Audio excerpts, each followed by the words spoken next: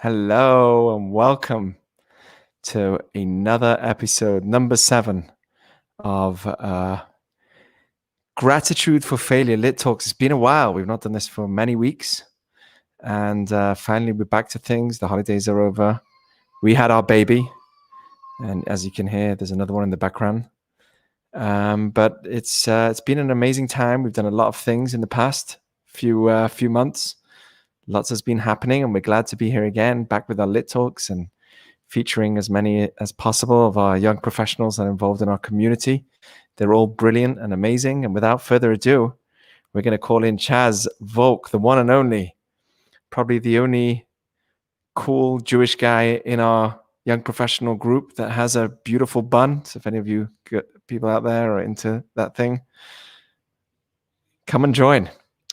But it's really exciting to have Chaz with us. He's an amazing guy. And here he is. Hey, Chaz, how you doing? I'm great, Rabbi Jack. And for the record, by the way, I am not the only cool guy in H-Lit. There's a ton of cool guys and a ton of cool women. You know? Oh, yeah, but I'm with just, the bun. Yeah, that's right. My little bun right here. So cool. Story behind that was when the quarantine started, while I'm not getting any social interaction, I might as well do something that is experimental that no one's going to make fun of me for if they see how messy and how awkward it gets in that little in-between phase where it's not quite long enough, but not also too short, Yeah. So it was a perfect little project. And it's been a lot of fun. And I'm coming out of this quarantine with a ponytail / man bun. It's really exciting. That's amazing. Well, it reminds me of my yeshiva days when, in yeshiva you dress appropriately, you dress well. It's and there's like once a year when it comes to Purim, everyone's doing these weird things, because it's dressing up time. And when you're in yeshiva, you take Purim very seriously. Like I always take Purim seriously, and but yeshiva is like a whole new level. That's the time to party finally and go crazy. And we all did crazy things with our mustache and beards and try all these little funny marks that we put on our face. And nice. But it's just like that time of the year where everyone's doing, their own thing. And now you're in COVID. So, I understand. It's a crazy time. And you're taking out your energy in good ways, which is what, this is why I brought you here. Chaz, you inspired me actually. I don't know if you know this, to film and to bring a lot of what we do with H-Lit online. Because you're into that. That's what you do. That's you're a professional audio technician, and you came with that whole kit. My kids were fascinated. I remember the first time you came with that whole kit. You said, "Rabbi, I'll do the recording for your classes," and the audio was incredible, and it was just like a start to. We started this podcast called Relatable Judaism, so kudos to you, Chaz, for all your involvement and for using your talents for something good. That's what we're meant to do, is not just have talents but use them for good things, and that's what you were doing. So I think it's a beautiful thing. Thank you. Yeah, and your children were so wise when when they were asking me the questions about the audio gear. I remember showing either Batsheva or Devi, I don't remember which one, but they were asking me questions about like, how does this work? How does the microphone even pick up anything when it's that tiny? And I was explaining to them, and as I was explaining to them, I could see these little light bulbs shining above their heads, and I was thinking to myself, oh my God, they're gonna all become little audio engineers by the time I'm done with them. This is fantastic. And they absorb. They're great. I love your kids. Oh, thank you. And they're smart. Thank you. When I was first understanding frequencies and how they work and how wireless microphones are able to send signals to receivers and whatnot in terms of audio jargon and whatnot, I remember having the hardest time understanding that. Your kids understood it so quickly. I was so blown away. Your kids are so bright. I'm just excited to see their futures grow. Thank you. Amen. Yeah, of course. Amen. I learn a lot from my kids every day. They point me out when I'm flawed or I'm hypocritical. You know, I want them to be sometimes better than myself. So kids are very transparent. There's nothing that they see straight through the glass. They see things very clearly and they absorb everything. It's mind blowing how much they absorb. Dropping off Abraham this morning to school. It's a very safe school. There's like a little thing. My other kids are not in the school, but there's one for, little kids, and there's 4 little kids in his class, and they're all very distanced and very strict rules, and everything's according to, the guidelines. And I drop him off. He's 3 years old, And I say, "See you, Abraham." Yeah. So he says to me, "Have a nice time." And it's just like these words. Like everyone was just, the teacher that his specific teacher's looking is like, "What?" Have a nice time. So that's cute. It's just, they have these sayings, they have these things that they say, which are just amazing. So Chaz, tell me, how did you meet us? I don't remember. It's been a while now, and there's so many people that come through our doors. What was your first experience with us? Like, where? I don't remember it. How did you meet H-Lit? Me, Shira, totally. and the kids. So it was a couple years back in 2018. Wow. And that year, I was just coming out of a troubling time. My best friend, Josh Miller, shout out to Josh Miller. Hey. He kind of witnessed me like having to part ways with some of the toxic relationships that were in my life. And I remember I said to Josh, Josh is a great guy. He is a great guy. Fantastic individual that is so good at getting out of his comfort zone and still being at ease. And he's just a fantastic individual. Again, shout out to Josh Miller. Yes. But what I wanted to say was he recognized that I had less of a social life because of the toxic parts of my life that I had cut out. And so I said to Josh, like, do you know of any good groups? And he's like, there's this group in Beverly Hills that I go to called H-Lit. You want to come with me to a Shabbat? And I'm like, okay, and I showed up there. I showed up to you guys. I met you and Shira and your beautiful children. And, I met all these different people like Tal and Becca. And I met, they're awesome. I met Noah, I met so many different people that I just instantly wanted to be friends with. I met Eli and younger brother Cole. I was just like, I want to be friends with all these people, and yet I at first wasn't exactly sure how to, because I felt like a little awkward. I remember Eli's little brother Cole. I didn't know what to say to him, and I remember my first few words to him was something just about our jobs, and he goes, "Wow, that was a very professional conversation." And I'm thinking to myself, ugh, I can't speak. Like I need to be social, get out of your shell, like stop being such a professional, So I've always had such a great time. And after that first time, I kept on coming back and trying to meet new people. And since then I've met incredible amount of people. I do game nights with Julia Horowitz on a regular basis. Shout out to Julia. Oh, wow. Hey, Julia. I'm really close friends with Izzy Salant and Jordan Silverman and Sam Cole, all fantastic individuals. The Garretts, as we like to say. So I've what was that? What do you call yourselves?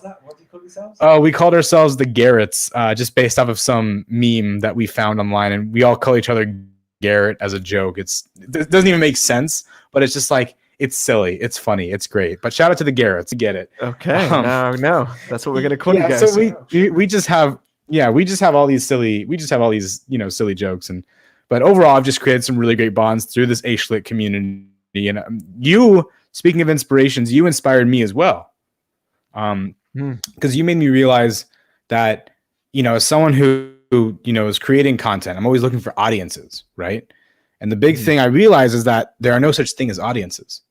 There are such things as communities, but there's no such thing as an audience. When you're looking for a community, you're shooting shots in the dark, just hoping that someone will be attracted to it and give you a like or follow you or just kind of do something superficial. But when you have a community, you have a constant expression of interest and love that is directed towards what you're doing.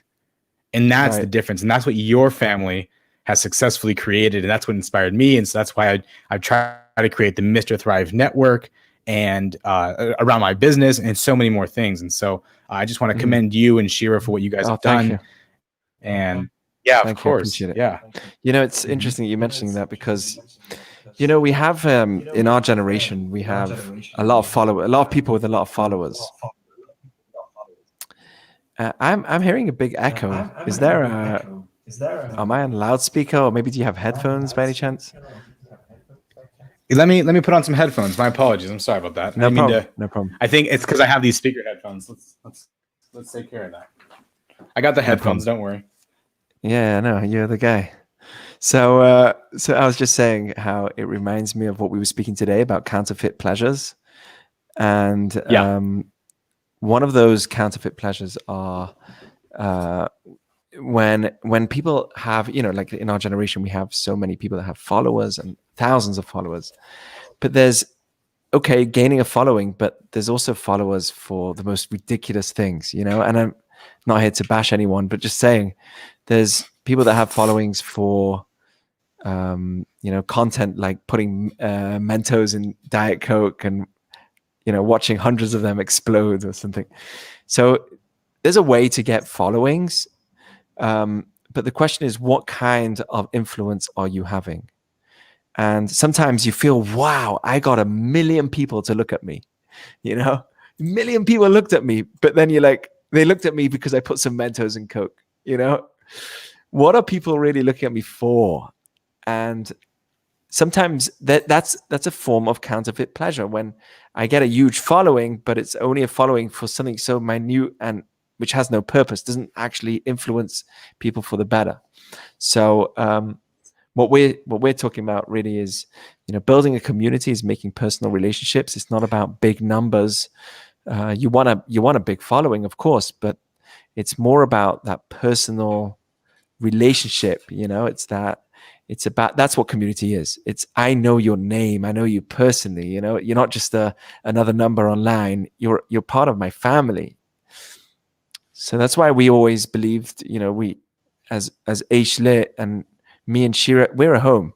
We're not just an organization. Yeah, we need the organization brand, but we're really just a home, and that maintains that community feel, that personal relationship, as well as everything else.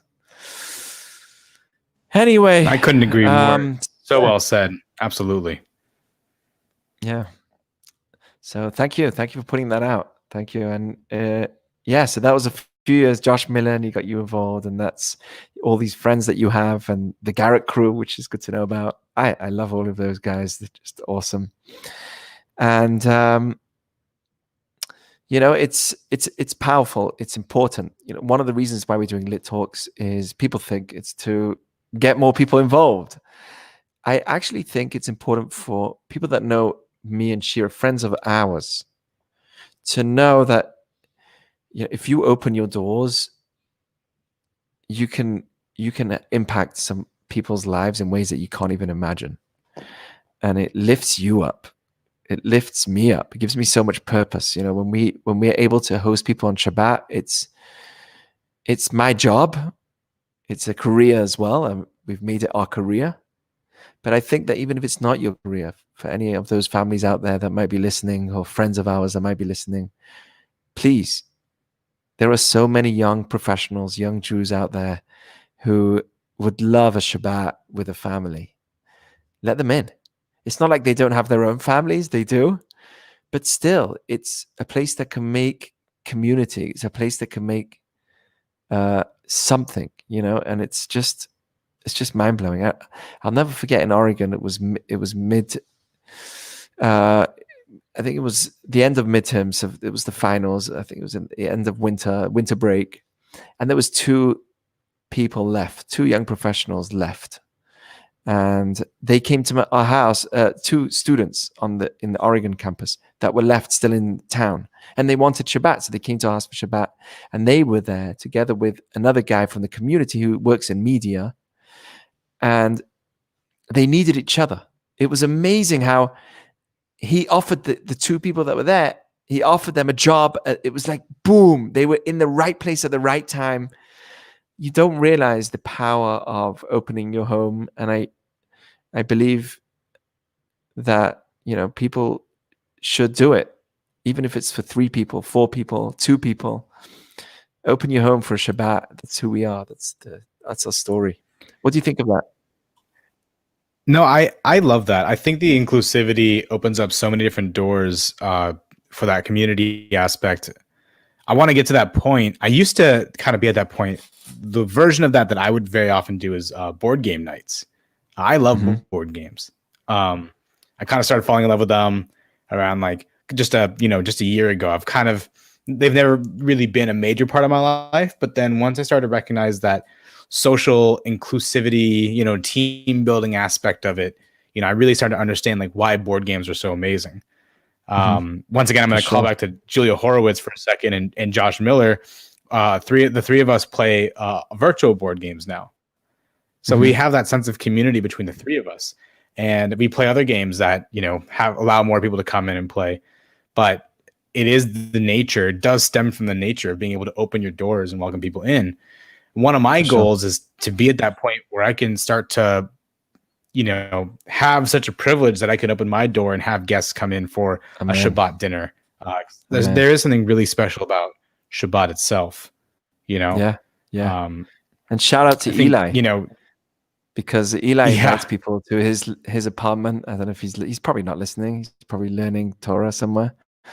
But shout out to you, Eli, for every single week inviting people into your home and doing a Shabbat in your home in the Pico area. It's unbelievable what he's doing.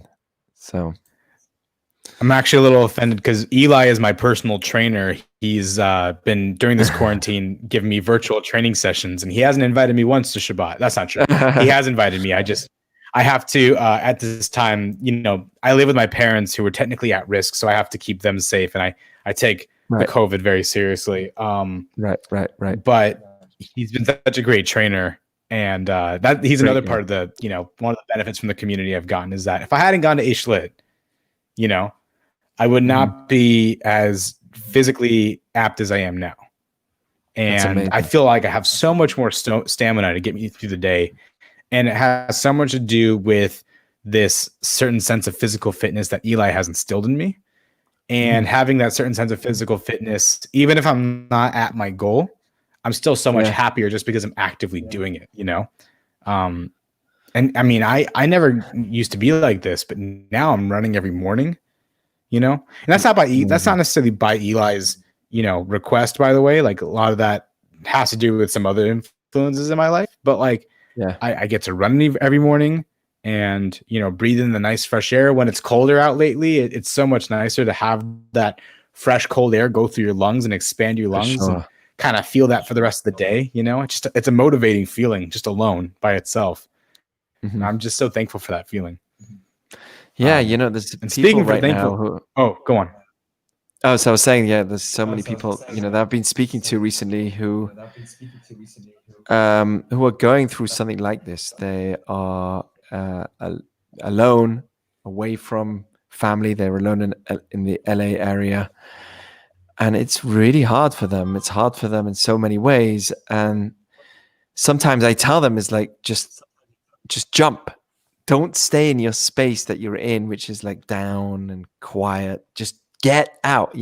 Sometimes with my kids, you have to shock them from their situation. I know you're listening. You're like, what are you saying?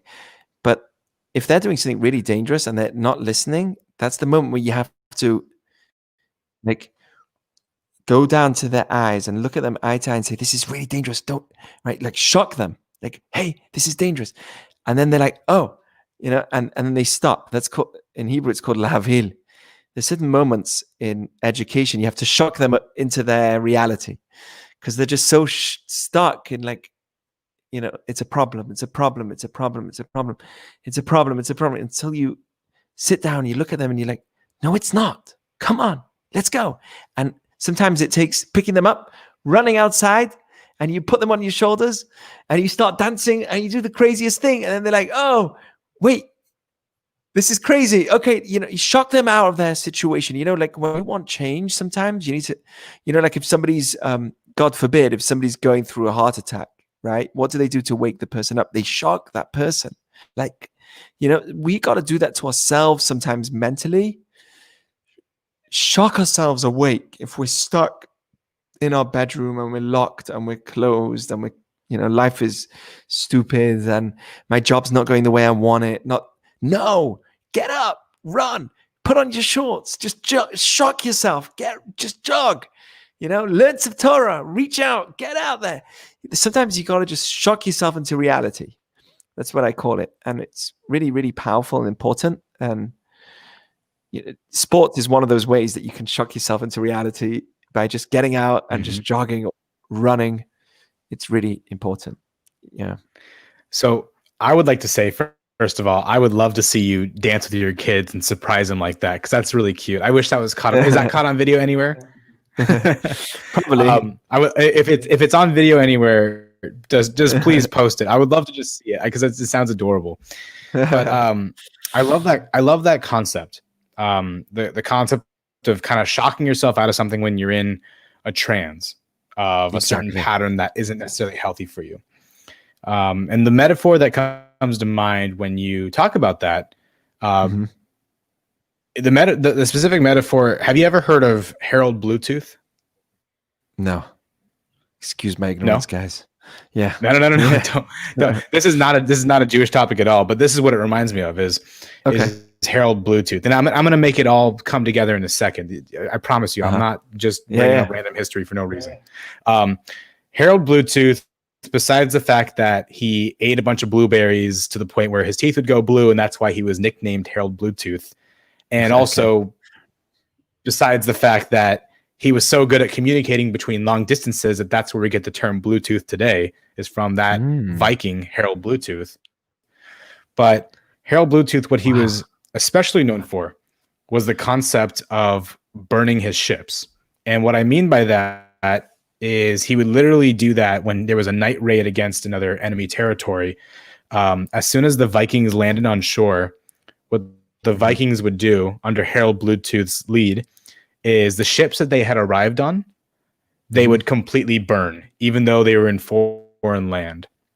And the reason why they did that is so that way, in their mind, there was no retreat. There was no option for retreat. The only way out was through. Like, just think about that. Think about that level of mentality that you have to be at. Like, the only option is success, and we're not coming home until there's success. That was their mindset, right?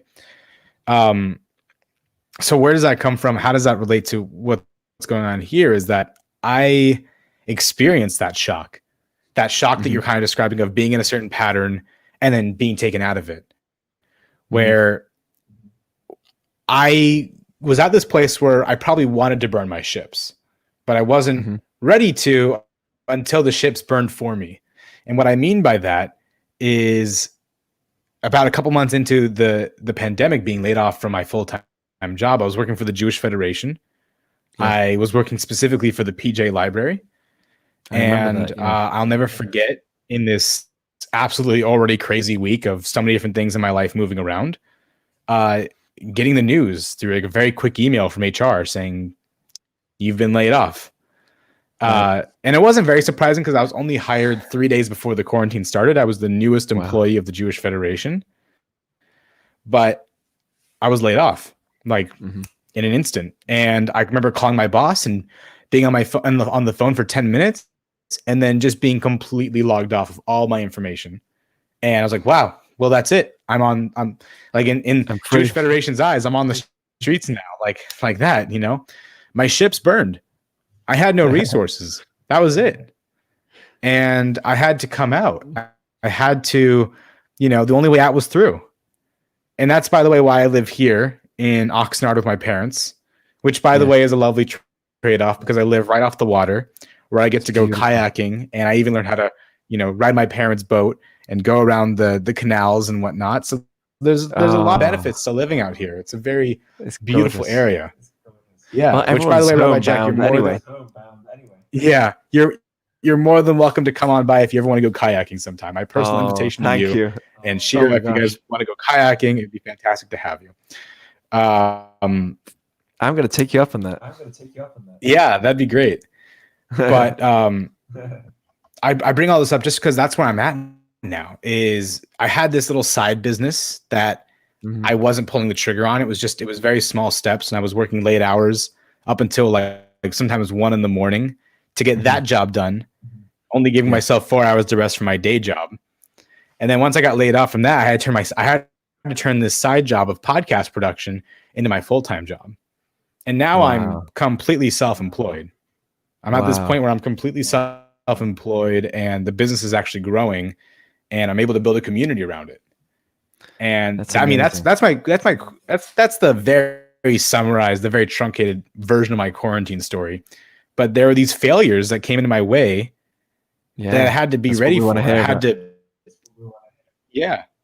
And that's why we're here. Is I want to talk about the fact that I love these failures that happened to me, even though like it was heartbreaking. Of course. I from the perspective of society, I started this quarantine as a winner. I had a full-time job. I had a girlfriend that I was living with, and I also lived with my best friend, and we lived in probably one of the best parts of LA. And then from the societal standpoint, I technically right now I'm a loser. But I don't, I live with my parents. I'm working from my bedroom, and I don't have that girlfriend anymore.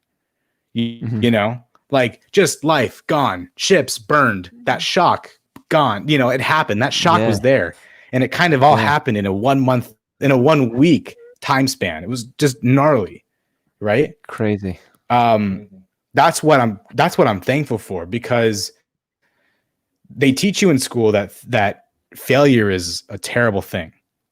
They teach you in school that, if you get an F on this test, it's the worst thing ever. You're never going to succeed in life, and you're going to be in the pits. You're going to be a blue collar worker working for the rest of your life because you suck at this piece of paper, the trivial questions on this piece of paper.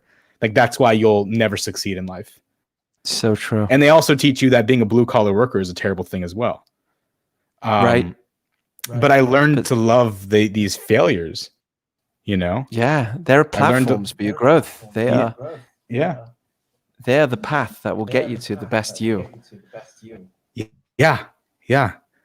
And just from kind of like, being open to it and being in control of my emotions in that moment, which I'm so thankful I was at the appropriate EQ to handle that moment. Amazing. I just had this realization, like, okay, the only way out is through. I'm Harold Bluetooth. my ships got burned just now. It's time for me to go through. This is the only way out. I moved here, and I right away started to work. Yeah. And I'm thankful that my dad became my mentor for how to build a business, because my dad started his business when he was 18 years old, and he's grown it and eventually sold it and is able to live a pretty well off life right now. Wow. That's his 30 plus years of labor from the age of 18. Like he impresses me. He's my mentor. He taught me how to run this business, and now I'm running it, and I'm getting bigger and bigger by the day. That's amazing. That's really, really amazing. I only wish it continues to grow. And Thank you. You're consistent. You're the type that's consistent. I think you'll do really well. Thank you so much. Having a structured day is so essential to that. So I really appreciate that. Thank you. Yeah. Building and making something of your own, the Talmud says, is one of the best feelings. That's something that we bring up first. That's our baby. It's things that we make on our own. We actually learned that this week with Abraham, where he had to bury his wife, Sarah, and he's looking for a plot of land to bury her. And it's going to be in Ma'arat HaMachpelah, the Kiryat Arba, the place where all our matriarchs and patriarchs are buried. And he buys this land, and the owner says, "What do you mean? Here, take it." And he's like, No. I want to buy it. I need this to be mine. He's like, "What do you mean? Just take it." He's like, "No, I need to buy it." But at the end, the guy that was selling it was a bit of a thief and said at first, "I'll give it you for free," but then charges the highest price that you can imagine in real estate. So we learn from that lesson that even for somebody that's not alive, Avraham Avinu was willing to pay every penny because he wanted that land to be his. because when it's something that's yours fully, there's no strings attached. If it's not fully yours, the strings attached. If you buy that person's rules, balamea baladea, somebody who's giving you money is the person that's also going to give you their mind and thoughts along with that money, and they have the right to. It's my money, so I want to know why. What are you doing with it? But if it's your own company that you build, that's something that you can be invested in fully, and it's your baby. That's something that makes you feel special. And the real trick is to give that feeling to everybody. And that's what Judaism did. We're now 3,300 years down the line of Judaism, but there's always room for me to be another person, another voice. I'm also recognized. I can write my own book on Torah, and it's going to be meaningful, because the Talmud was written in a way which would always leave room for deeper understanding. The Torah has so much way of giving room for everybody to have a say. I can also be a person that has a view in the Torah. 3,300 years. You don't think enough people have spoken about this stuff? No. Even Jack Millell can have another say with my lens, with my lens of life. Even I can bring up something that's new. And that's also the trick. The trick is to, if one day, Chaz, you employ people, please God, to allow them to also feel that it's their baby. It's something that they're creating. Make them creators in certain areas. Make them people that feel special, that they're creating. In a good business model is that everyone that works under this company is also feels that they're creating a baby. It's their baby. That needs to be the work of the person that owns the company, is to always look and see, how can I make everybody else not just feel that they're working for me, but they're working for them, where they are actually creating something special, that they're part of this message. They're part of them. That's something that big companies have done, and they've allowed everybody to do. I think that's, for instance, Amazon. Everyone is a owner on that company. It's very interesting. We all have our own company on that company, and it's a smart way of bringing in thousands of people beyond your reach. And that's the way to succeed, is to always allow somebody, no matter who you are, even God allows others. I think that's a beautiful concept. What you're basically describing is making employees and those who work under you a part of the community that you're building at the same time. And exactly. I like that. I like that concept a lot, because I've had pretty bad bosses in my life. I've had some pretty bad jobs where you're not a part of the community, where you're just a cog in their machine. And that's the last thing you want to really be a part of. You don't want to be a cog in the machine. You want to be an essential asset. You want to feel valued, right? Exactly. Exactly. And that's part of the reason. That's part of the reason why I wanted to build a business as well. I didn't want to be another person's cog in the machine. Finding that perfect boss is so hard to do. So I might as well be that. Now, I'm not saying I'm perfect. I'm pretty close to it. Mark my words, but I'm not perfect. What I will say, is that there have been some businesses out there, like how you described Amazon. There have been some businesses out there that what they do is they create a culture book for their employees, where the employees themselves can choose what they want the culture of the office to be. And I'm really moved by that. For example, I one time went on a little, I went on a little walk with, like a little tour with my friend who works at DreamWorks. I have a friend named Don Allen Stevenson III, a really fantastic guy. And he was showing me around offices. And I remember we walked by this one conference room, and there were just like 6 guys playing guitar. And it was like during work hours too. And I had to stop Don. I'm like, wait, Don, what is that? I was like, oh, that's the guitar club. Your company has a guitar club? Yeah, we have a guitar club. We have a knitting club. We have a book club in this. And so like DreamWorks has like all these this whole community of artists and entertainment professionals that work in this symbiotic relationship that's really neat. If I can create anything like that, I can die happy. And I think there's Jewish values in that too, by the way. Of course, of course. Everybody has their own niche and energy that needs to be brought out, and you can't suppress that. You know, it needs to be brought out, and they need to feel fulfilled in using their energy in the right way to its fullest. It's even bad traits, bad habits, we're told, can be channeled for the good, and that's something that we want to do. So, there was one more story that I remember you telling me about, which is you had to fly back to your university. Which school were you in again? I forgot. I studied for 4 years at San Francisco State University. San Francisco. That's right. San Francisco. I didn't want to say something else and then embarrass myself. I wouldn't have been embarrassed, but anyway.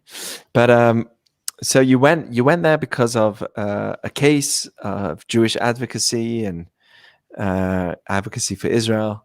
So what was that? What was that story? What happened exactly?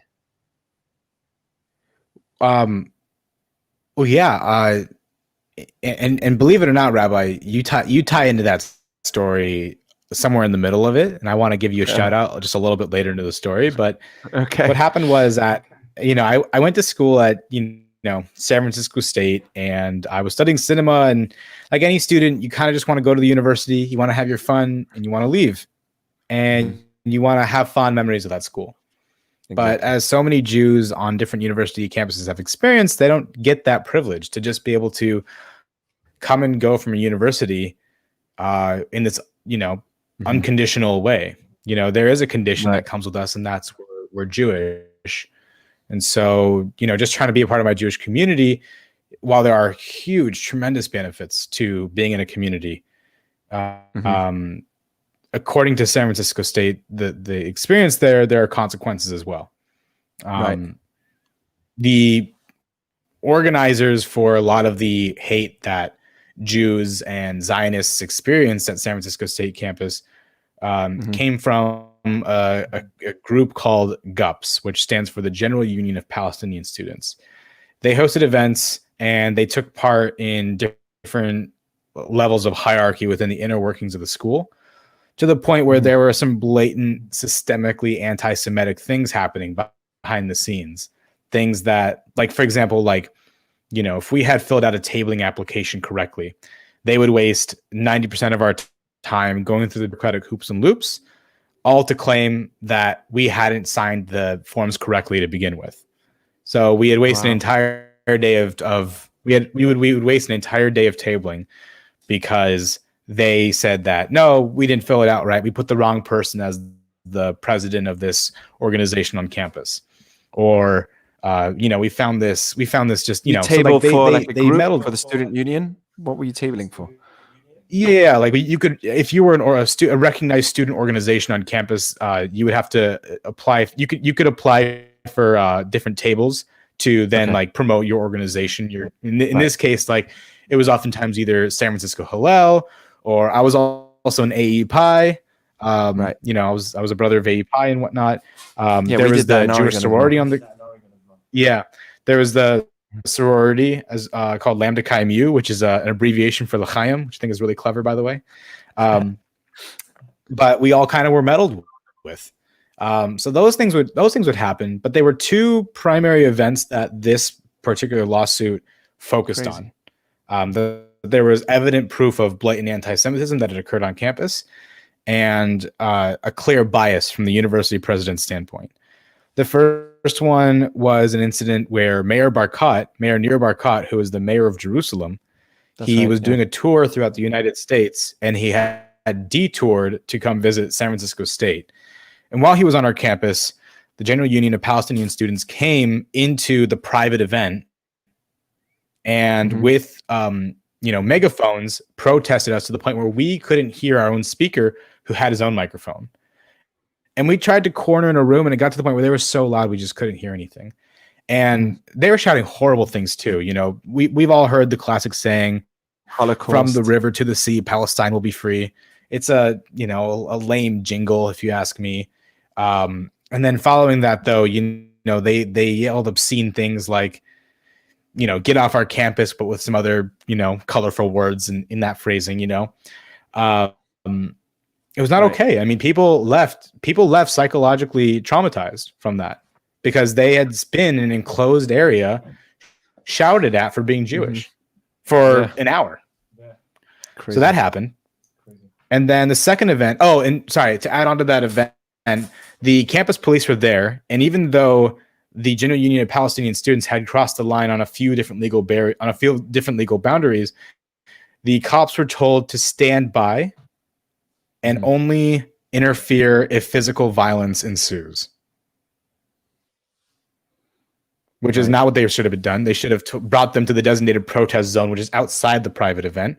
And on top of that, they weren't allowed to use an electric megaphone. They weren't allowed to use amplified sound in their protest, and they did. Right. So that was that aspect of it. The second event is something called the Know Your Rights Fair.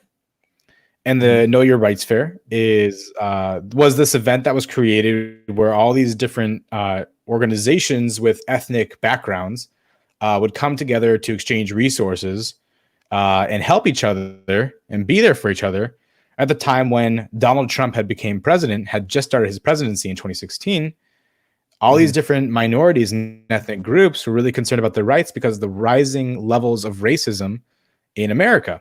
And it wasn't just Jews that experienced racism. Like the African-American community were victims of hate crimes. The Asian community and Latino communities have been victims of these hate crimes since the election of Donald Trump. But I'm not trying to get political. I'm not trying to, say this is, I'm not picking sides here, but there are clear statistics that show that in relation to Donald Trump becoming president, there have been different levels of rising racism in America.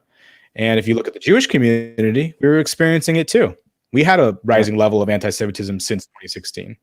So we wanted to be a part of that Know Your Rights Fair. And what happened was at first they said, yes, we can be a part of that Know Your Rights Fair. And then they eventually went back and said, oh, sorry, we're booked up. And then we found out that the Jewish category of that diversity within the Know Your Rights Fair was replaced by a different organization that doesn't even exist on San Francisco State's campus. You've heard of it. It's called is it Jews for Peace? Is that what it's called, the organization? Oh, it's like anti-Israel. Yeah, it's like an anti-Israel organization that they invited. So they replaced us with them, and they weren't even on our campus. So it was totally mind-blowing. And what we, after that event, after learning about that, that's when, the Lawfare Project approached me, and they had recruited me to be a plaintiff on this case that I did not know was going to be later on named after me and my other plaintiffs as well. But if you go on Google and you type in Volk versus CSU Board of Trustees, you can see the events that took place. And in my op-ed, I come up. Yeah, I wrote a little op-ed with the help of the Lawfare Project. And what was funny about that lawsuit was the judge called for the actual trial to take place on my birthday. And my first thought was in 2019, I'm just not going to have a birthday this year.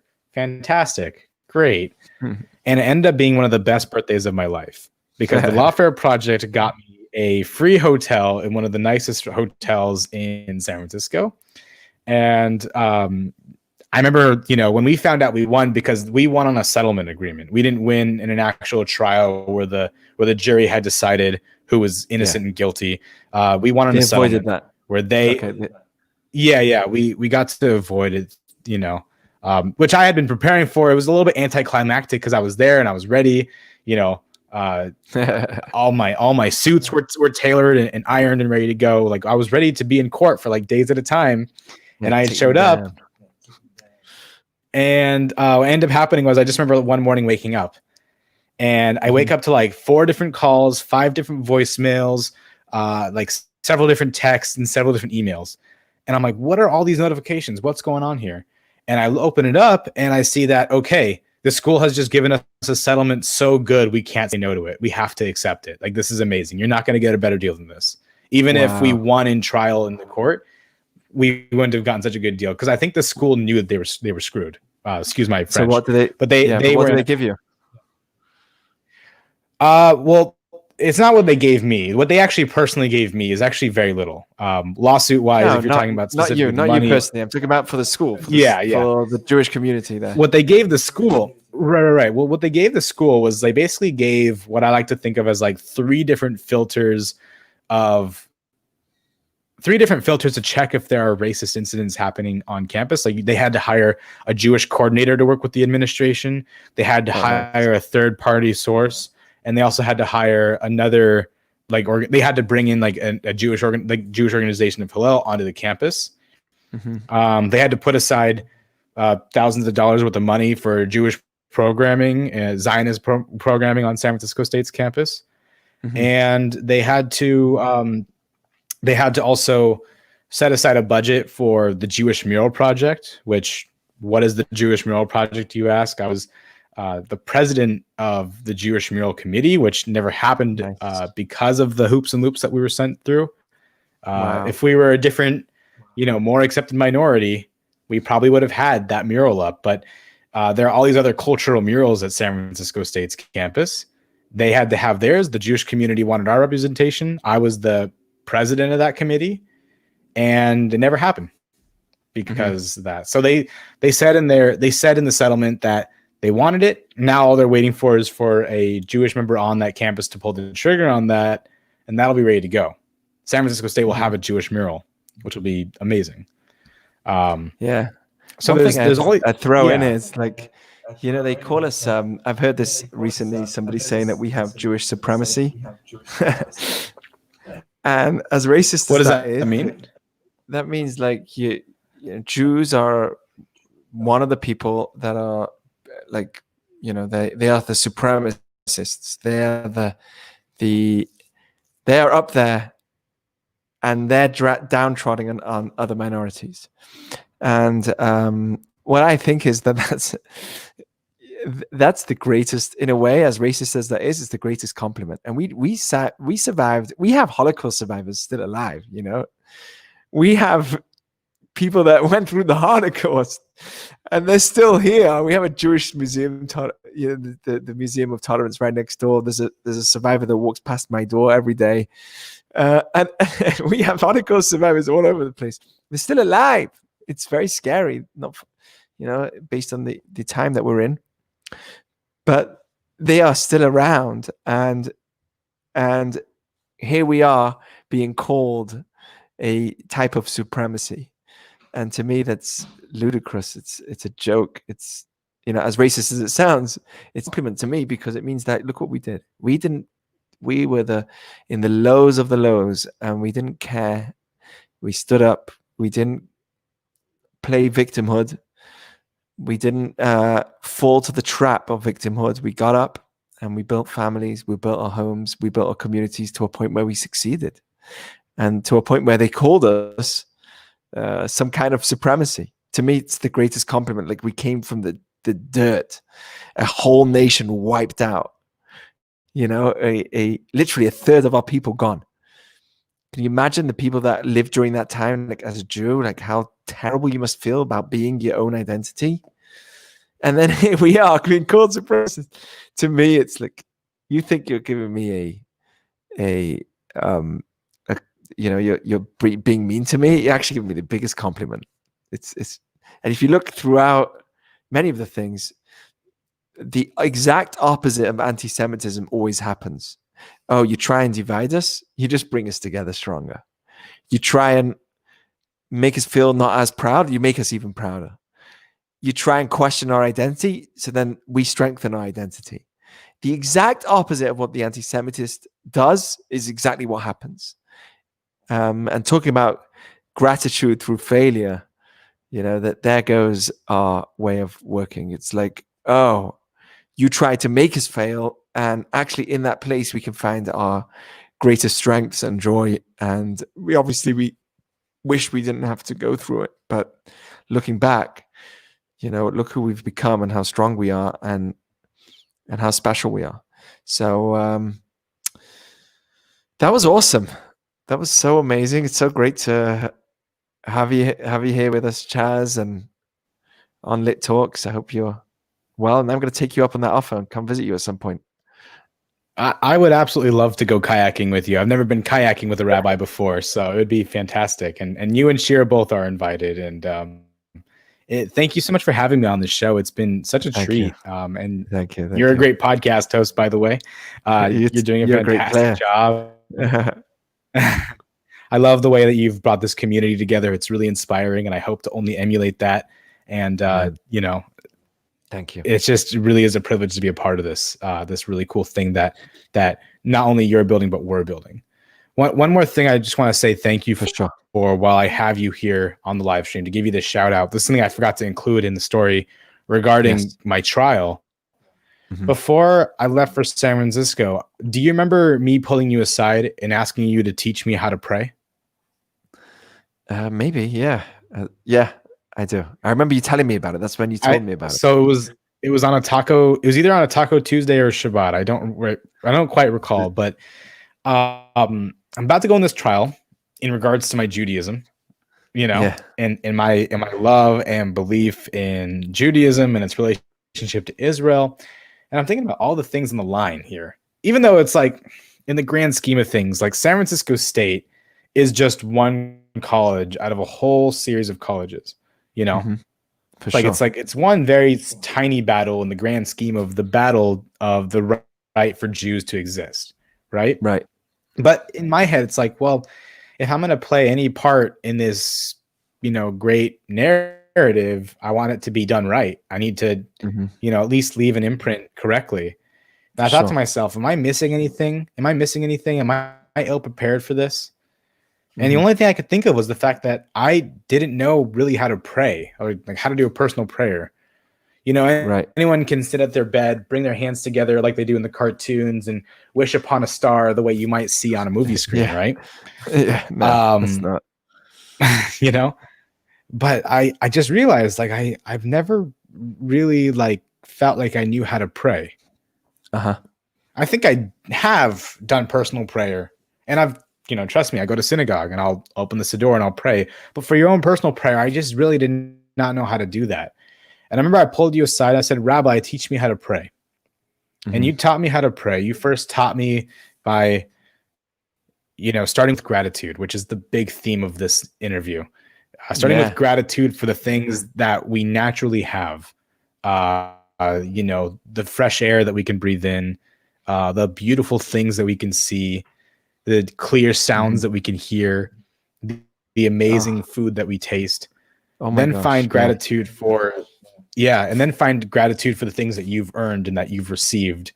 Finding gratitude, let's say it's for money, finding gratitude for it could be something as materialistic as that Mercedes you own.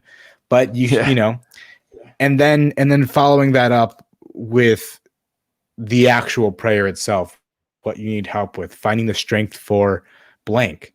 You taught me how to do that. And up until that point, I hadn't had guidance on how to pray. And I want to thank you. And, it's really helped me grow as a Jewish man in particular. And that's amazing. I still use it on occasion to this day for various situations. And it's helped me live a very enlightened life. So thank you. Yes, it's always when you recognize what you have, then you can deserve more. That's when the energy is great, and that's when you can really feel that the energy is going to bring in more good. Sometimes the answer is no.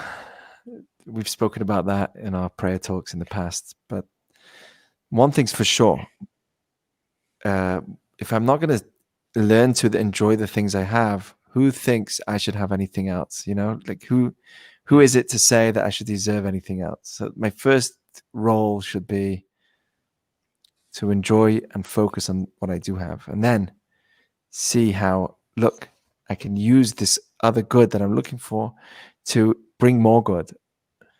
And that can actually do some amazing things. So that's the theme of prayer. If you look at all of tefillah, all of prayer, whether it's the silent prayer, whether it's the morning prayers, the first part of the day. The first part is just thanking Hashem that I'm awake, that I can move, I can walk, I'm a Jew, all the things that I have mitzvot. Then I go through Pizukei de Zimrat and more thanking, more praise. And then Shema. And then finally it's like Ve'ahavta, like love Hashem.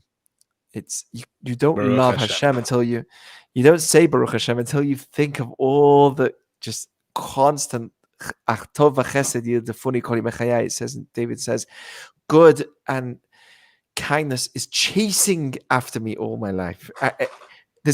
I get shivers as I say this, but we don't think of it, but this good and kindness chasing me. What does it mean, chasing me? It's running after me and I don't even see it. I'm going the other direction. And it's like, here, just take this. Here's some more fresh air. Here's some sunshine in LA. Here, there's some fresh food that you're going to have. Here's some fruit. Here's and it's like, this good is just like, if you think about it for a while, it's like you're overwhelmed with all this goodness, and that's how it works. That's how we have to be. Because if I'm happy and content, my energy's good to bring in more good. Prayer is not for God. He knows exactly what I need. Prayer is for me to change me. And when I change myself, I can be the vessel to receive more. So that's it. Here's Ben Molads. Shout out to you. Thank you. Chaz, what a great individual. Wow, you are inspiring. Yeah, he's the man. Maybe we should have Ben on next time. Oh, Ben would be a great guest. Yeah, he will be. He's great. He's doing some amazing things, being a nurse all this time, working hard. And oh, wow. Cedar Sinai. Yeah, it's a hard job. Yeah, I should bring him Such on. important work at this time. Yeah. I don't know if you're watching, Ben, but just thank you for the work you're doing right now. It's tireless and selfless, and it's really important work right now. So thank you for doing that. And Rabbi Hamfling from UCLA. He's one of the rabbis at UCLA. He has an amazing program called We Learn. And anyone out there, if you want to join any live Zoom classes with some of the most amazing rabbis in the Jewish community around the world, go to We Learn. We Learn. Search We Learn Jewish. I'm not sure if it's WeLearn.com or WeLearn.org, but totally would recommend anyone that's listening to go there and listen or join into those live talks. It's not just a YouTube video or a podcast. It's actually live. You can join in and listen to some of the greatest thinkers of our generation, all on We Learn. So totally recommend that to anybody out there. Okay. We wish everyone Shabbat Shalom, and thank you, Chaz, again for being here from Mr. Thrive Media. He's the man. Anybody? Ladies. Guys. Rabbi Jack, again, thank you so much for having me on this podcast. This is amazing. Thank you. This was awesome. Thank you. Thank you, everyone, for listening. And we should all have besorot tovot, which means good news, good things, and only goodness. Shabbat Shalom to everyone. Shabbat Shalom.